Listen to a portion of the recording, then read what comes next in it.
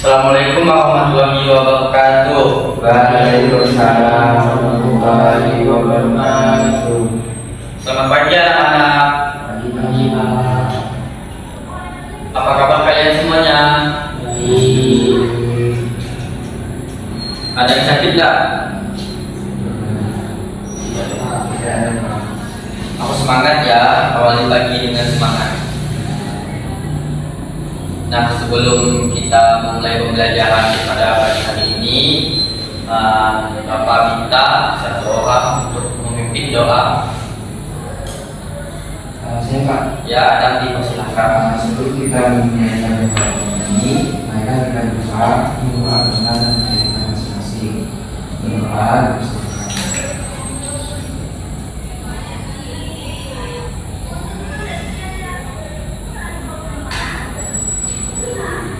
Doa bersama. Bapak ucapkan terima kasih kepada Adam yang sudah memimpin doa pada pagi hari ini.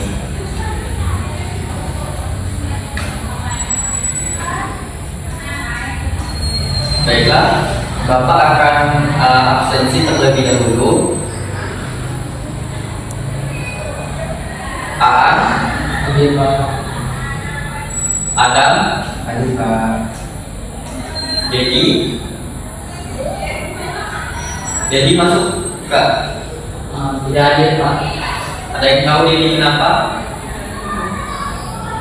Tadi juga Pak, itu saya seperti ini saya karena dia ingin menghadiri acara keluarga ini bisa masuk pertemuan hari ini. Ya tidak apa-apa. Kalau begitu Bapak kasih izin buat Dedi.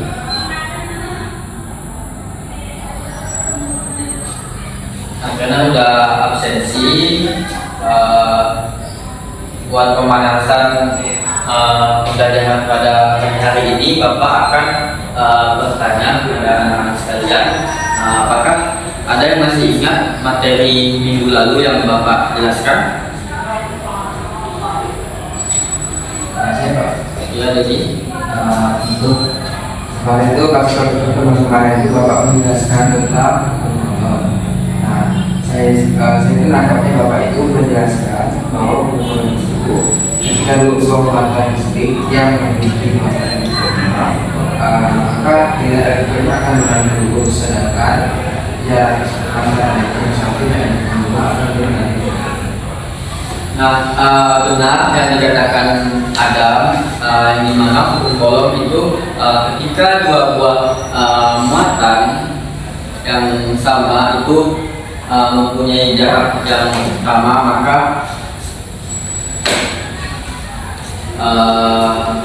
muatan listriknya juga sama besar dan berbanding sebalik.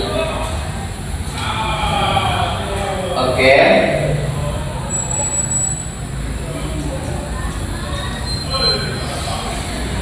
Nah, dari pertanyaan Bapak tadi, sebelum memasuki pembelajaran, Bapak ingin bertanya sedikit, apa yang terjadi jika kita menggosokkan penggaris ke plastik, ke rambut, lalu mendekatkannya ke potongan kertas kecil? Hal itu akan terjadi kenapa? Ada yang bisa jawab? Ya, Taan. Potongan kertasnya akan tertarik Pak ke penggaris. Mungkin ini karena penggarisnya itu muatannya jadi berisi karena gesekan Pak.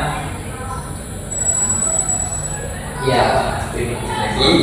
Nah, betul sekali yang dikatakan Aan, yang dimana itu ketika kita menggosokkan penggaris ke rambut itu akan terjadi gesekan. Nah, gesekan tersebut akan menimbulkan adanya medan listrik itu, sehingga menghasilkan medan listrik.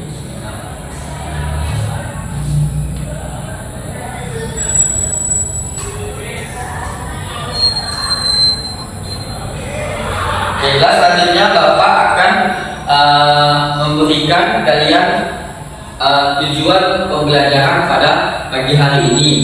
Nah, Bapak hari ini akan menjelaskan materi kuat medan listrik yang dimana memiliki 3 tujuan pembelajaran. Yang pertama, anak-anak sekalian dapat menjelaskan konsep dari medan listrik tersebut. Yang kedua itu anak-anak dapat menjelaskan sifat dan arah garis medan listrik tersebut. Yang ketiga yaitu siswa sekalian dapat menyebutkan contoh penerapan kuat medan listrik dalam kehidupan sehari-hari.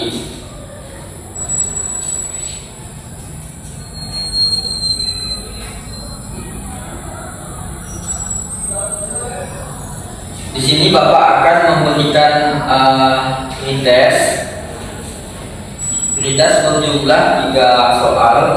Anak-anak sekalian Bapak minta untuk mengerjakan soal ini dengan pemahaman kalian saja.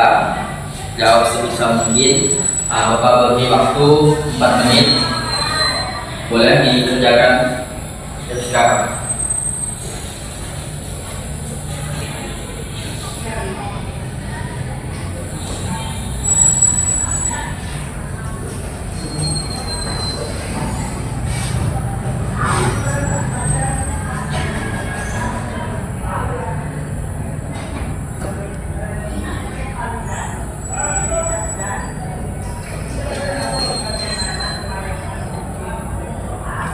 Jika ada yang ingin ditanyakan, dipersilahkan ya.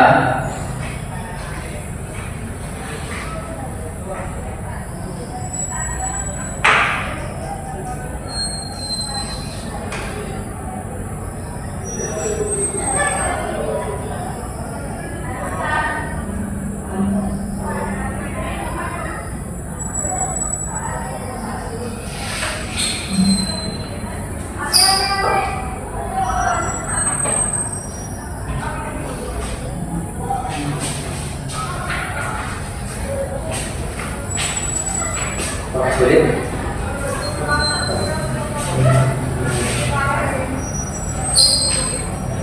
Silakan.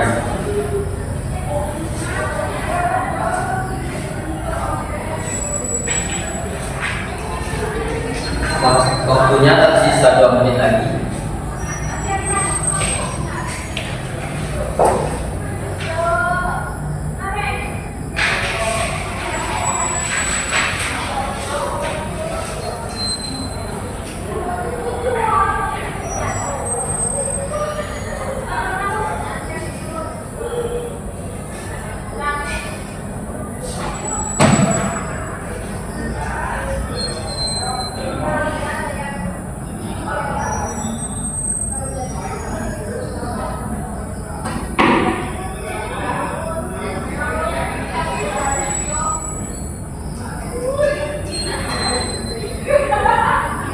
Waktunya tersisa 1 menit lagi. Jika ada yang sudah selesai, boleh dikumpulkan ke depan.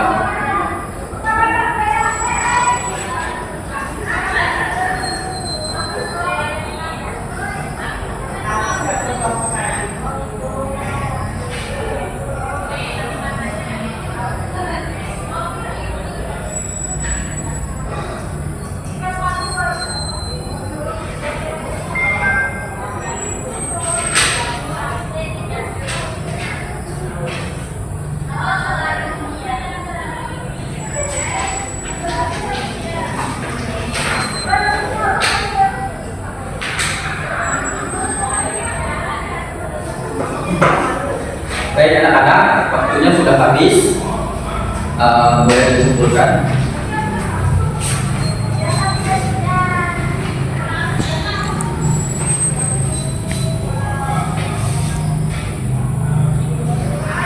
Terima kasih sudah mengerjakan pretest dengan baik dan benar.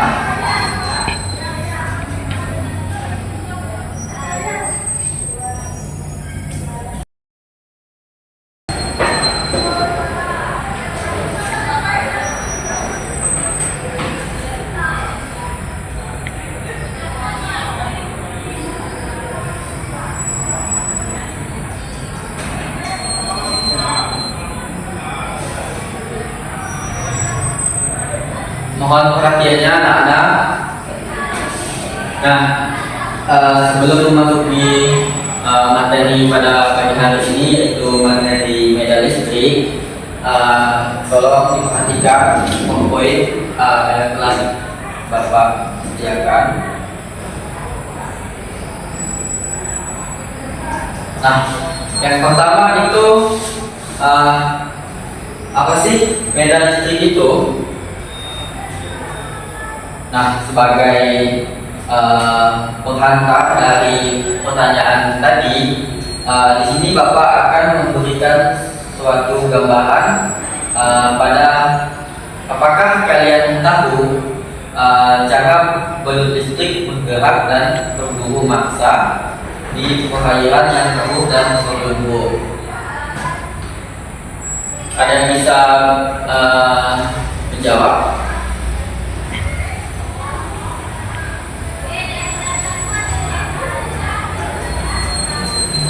Ada? Pak, mungkin untuk mengangkat ini saya itu kita produksi biasanya kan berada di perairan yang produksi ini kan saya tahu kan memiliki sebuah muatan elektron yang tidak yaitu muatan listrik. Ketika mereka itu maka produksi itu akan melepaskan atau menyentuh ketika sebuah objek akan berada di listrik, maka listrik akan memancarkan atau menghantarkan sebuah arus listrik yang ada. Jadi saya Bapak ucapkan terima kasih kepada menjawab pertanyaan Bapak. Nah, kita akan menjawab. Terlepas dari namanya balut listrik, itu sendiri adalah jenis ikan pisau atau bukan balut sejati, yang dimana balut listrik memiliki hubungan dekat dengan ikan emas dan lele. Organ putus balut listrik yang disebut elektrosit mampu menghasilkan medan listrik di sekitarnya. Nah, balut dapat mendeteksi hewan dan objek yang terdekat di dalam air ketika merasakan adanya perubahan dalam medan listrik. Nah, dari ilustrasi balut listrik tersebut, apa sih itu medan listrik? Nah, medan listrik adalah area yang mengelilingi partikel bermuatan yang dimana muatan lain dapat mengalami yang namanya gaya. Medan biasanya ditunjukkan sebagai diagram dengan panah. Nah, di sini terdapat dua diagram, yaitu diagram positif dan negatif.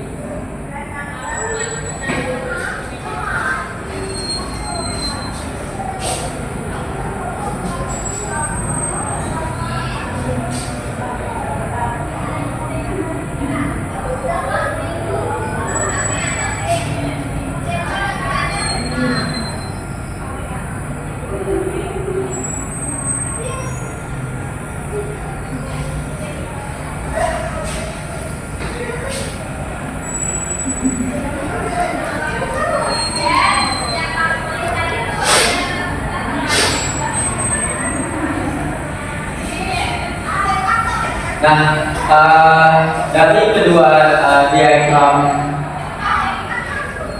garis ini, medan listrik di sekitar muatan positif ini cenderung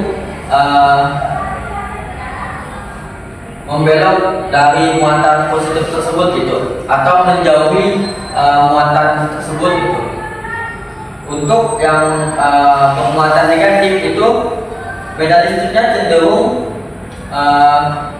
ke arah muatan tersebut.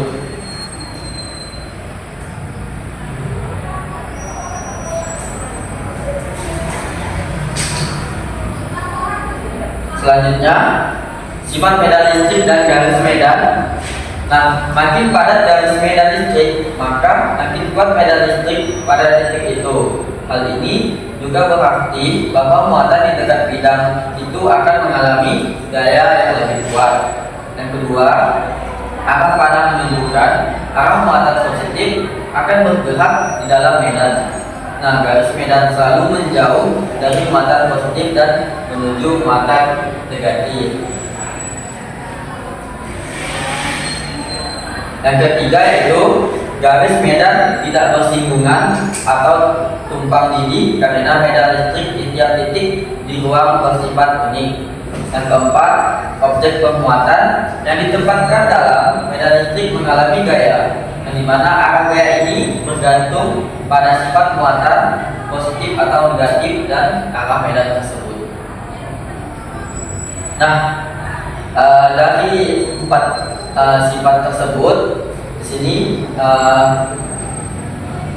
Bapak akan memberikan uji belajar atau sejenis LKPD. Nah, sebelumnya Bapak minta untuk anak-anak membentuk kelompok kecil terdiri dari 2 orang. Nah, baik, di sini Bapak akan memberikan uji belajar.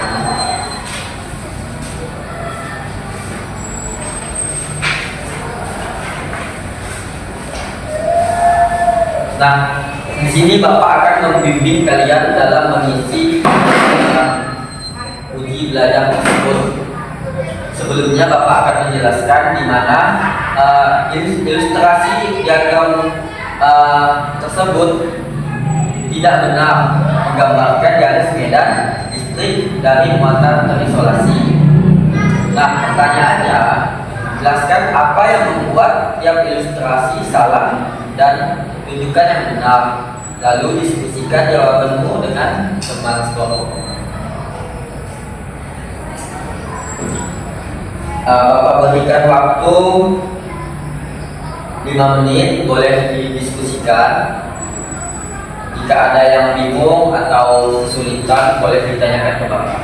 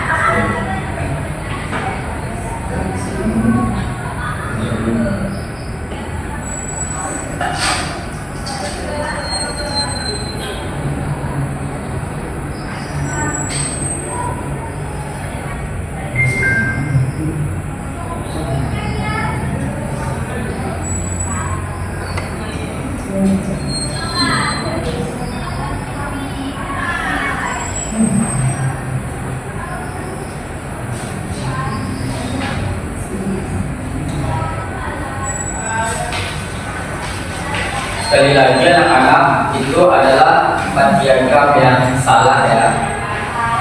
Jadi kalian itu diminta membuktikan atau menggambarkan atau menunjukkan bagaimana sih diagram yang benar dari keempat diagram yang salah itu.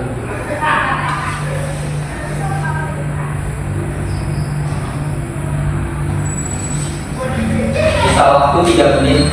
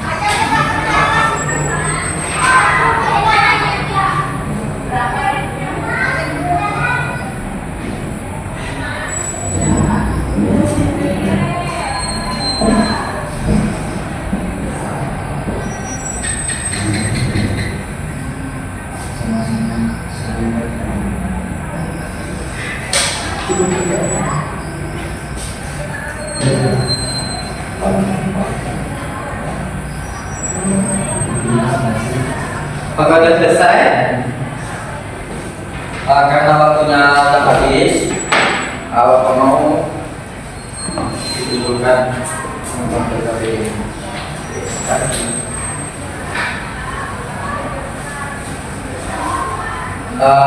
Dari yang Bapak lihat, diskusi yang kalian telah laksanakan itu kayaknya jawabannya sudah cukup lumayan benar.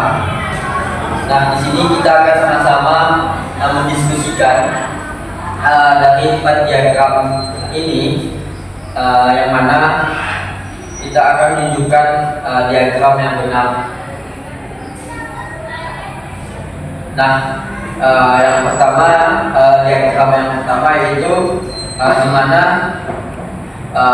suatu muatan bermuatan negatif itu pada seharusnya mengarah ke muatan negatif. Jadi gambarnya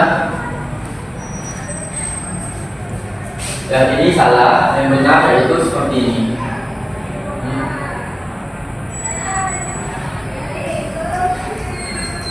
Nah, pada muatan negatif itu garisnya itu cenderung mendekati muatan negatif tersebut. Nah, pada diagram yang kedua yaitu sudah kelihatan salah. Yang benar yaitu panas seharusnya menjauhi dari muatan positif. Yang mana sudah dijelaskan sebelumnya, setiap muatan positif itu panasnya akan menjauhi muatan tersebut. Gambarnya bisa dilihat dari ini.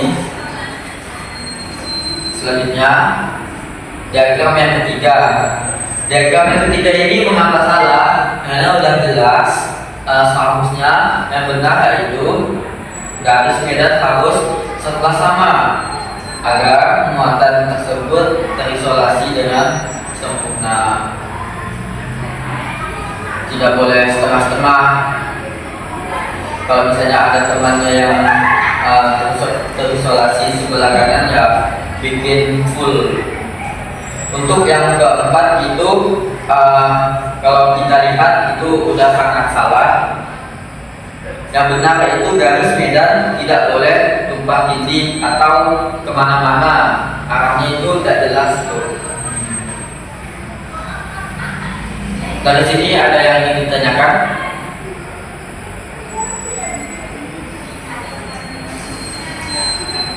Kalau tidak ada, Bapak apa lagi? Ya. Berarti kalau muatan positif itu arah panahnya itu selalu menjauhi muatannya ya Pak? Ya. Kalau negatif itu selalu mendekati ya Pak? Nah, sebelumnya kan sudah Bapak jelaskan yang dimana suatu muatan positif itu arah panahnya itu akan menjauhi muatan tersebut. Kemudian pada muatan yang negatif, arahnya itu akan mendekati muatan tersebut. Gimana?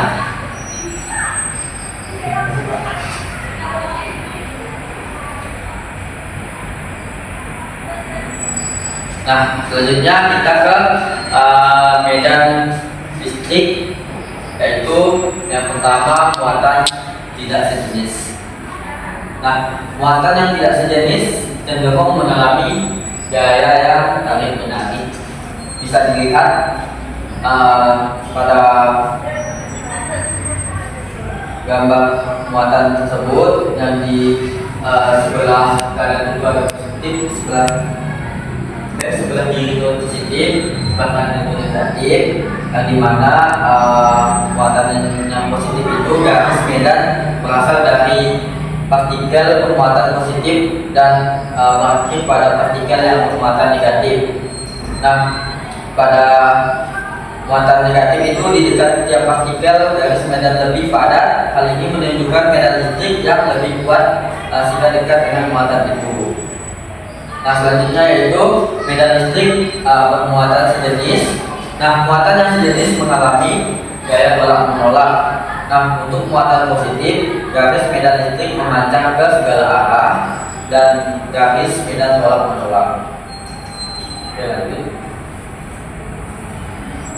Nah, di sini Bapak ada pertanyaan yang dimana bagaimana kalian akan menggambarkan medan listrik di antara dua lempeng dengan muatan tidak sejenis?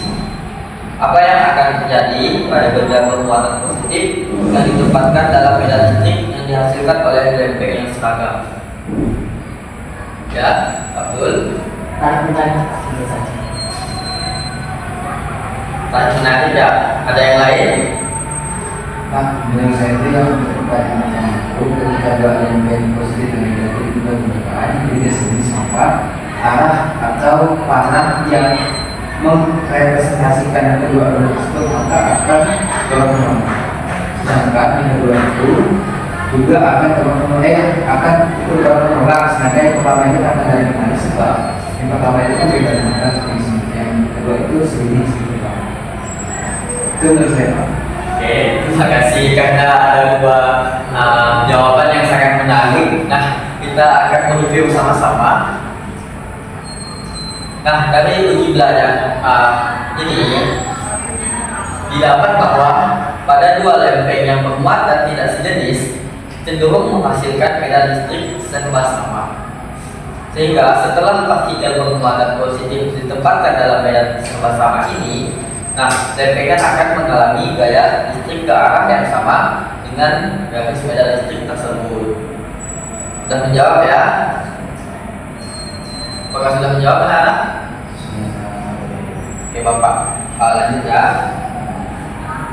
Nah, yang terakhir itu penerapan medan listrik di kehidupan nyata atau di kehidupan sehari-hari. Yang pertama yaitu menggosokkan balon ke rambut. Nah, ketika kalian menggosokkan balon ke rambut, elektron berpindah dari rambut ke balon sehingga menciptakan medan listrik.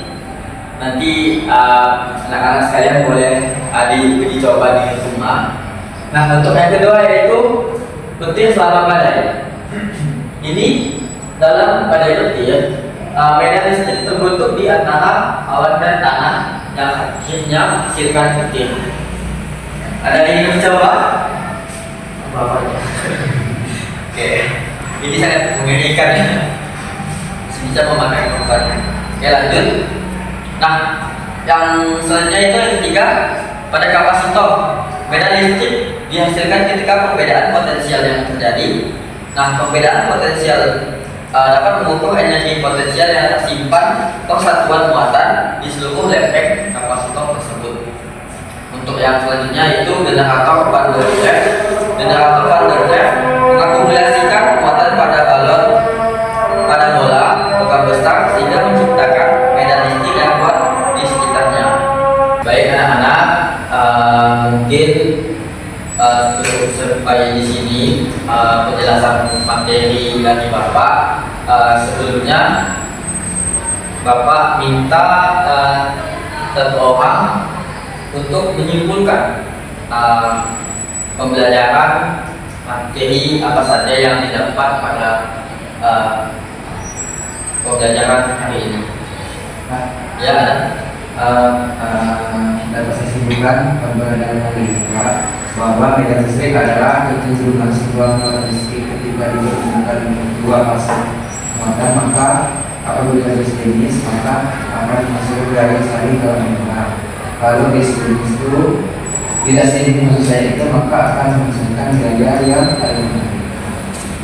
Kemudian dalam kehidupan sehari-hari medan listrik itu dapat kita temukan dalam kapasitor, dalam Van der Graaf, dalam balon listrik di mangsa itu, dan yang juga tadi Bapak juga ada yang dan segala. Apakah masih ada dan yang lain? Ya, boleh. Untuk arah dari medan listrik itu, kalau positif itu dia akan mendekati menjauhi, atau atau setidaknya kalau negatif itu dia akan masuk ke dalam atau mendekati. Oke, ada lagi? Oke. Terima kasih Bapak ucapkan dari Adam dan Aan sudah memberikan kesimpulan yang didapatkan dari pembelajaran pada hari ini. Bapak akan menambahkan ringkasan atau kesimpulan kita pada hari ini, yaitu medan listrik merupakan suatu wilayah yang di sekitarnya terdapat partikel bermuatan yang dimana muatan lain dapat mengalami gaya. Kemudian garis medan membantu memvisualisasikan medan listrik yang mengelilingi partikel bermuatan yang berawal dari muatan positif dan berakhir pada muatan negatif. Kemudian penerapan dalam kehidupan sehari-hari yaitu ketika menggosokkan balon ke rambut dan terjadinya petir dan mengoperasikan generator pada gear sehingga melibatkan suatu medan listrik.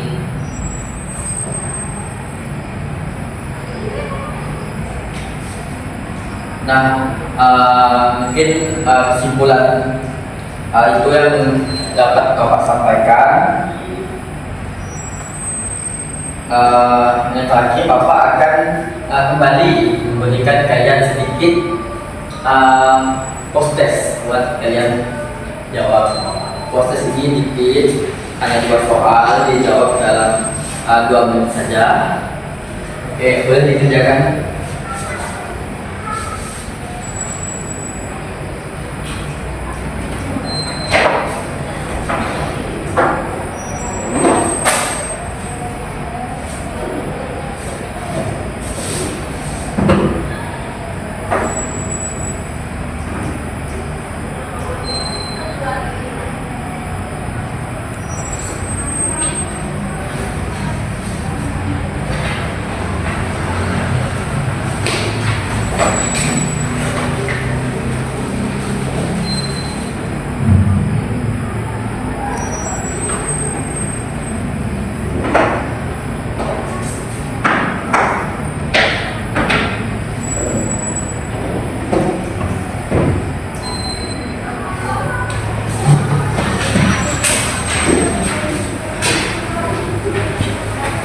Waktunya tersisa 1 menit lagi ya.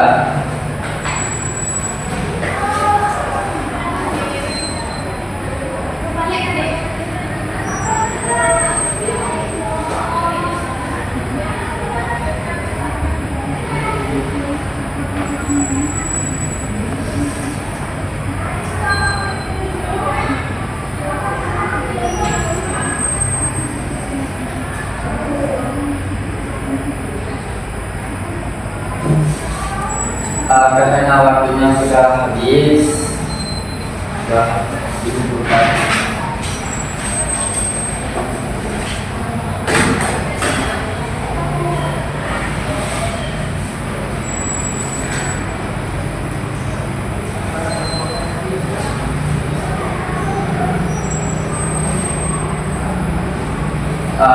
Sebelum Bapak menutup pertemuan pada pagi hari ini,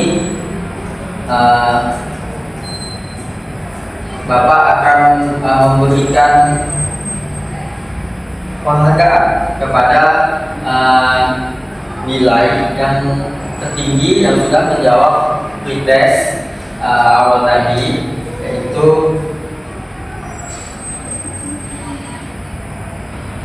AA.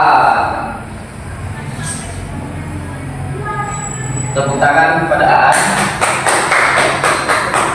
Nah, untuk teman-teman yang lain jangan berkecil hati karena masih ada pertemuan yang akan datang. Nanti lebih semangat lagi dalam mengerjakan prosesnya agar dapat nilai yang sangat wow. Oke.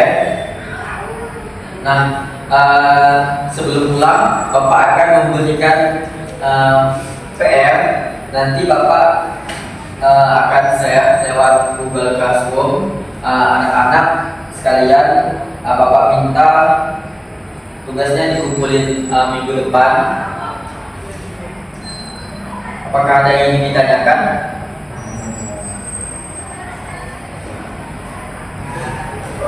Ya, Abdul.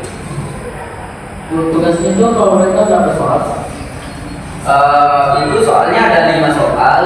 Itu soalnya soal analisis, kayak konsep. Kalian itu harus menjawab konsep-konsep yang mempertanyakan tersebut. Tolong dijawab semaksimal mungkin dengan pemahaman kalian sendiri, jangan menggunakan handphone biar ya Bapak tidak tahu apa yang kalian gunakan. Intinya kerjakan sebaik mungkin. Karena udah cukup jam pertemuan Bapak kali ini, semoga apa yang Bapak sampaikan, materi dari pembelajaran pada pagi hari ini bisa kalian terapkan, kalian ingat untuk materi selanjutnya. Bapak ke hukum Gauss. Minggu depan kita akan membahas hukum Gauss. Bapak pesan untuk kalian pelajari hukum Gauss, pelajari apa saja yang terdapat di hukum Gauss. Nah, karena awal pembelajaran tadi kita dimulai dengan membaca doa, sekarang waktunya kita pulang. Alangkah baiknya kita membaca doa pulang. Satu orang Bapak minta untuk memimpin doa. Ya, dipersilakan. Sebelum mengakhiri kegiatan pada pagi hari ini, marilah kita berdoa menurut agama dan kepercayaan Islam. Berdoa seperti ini.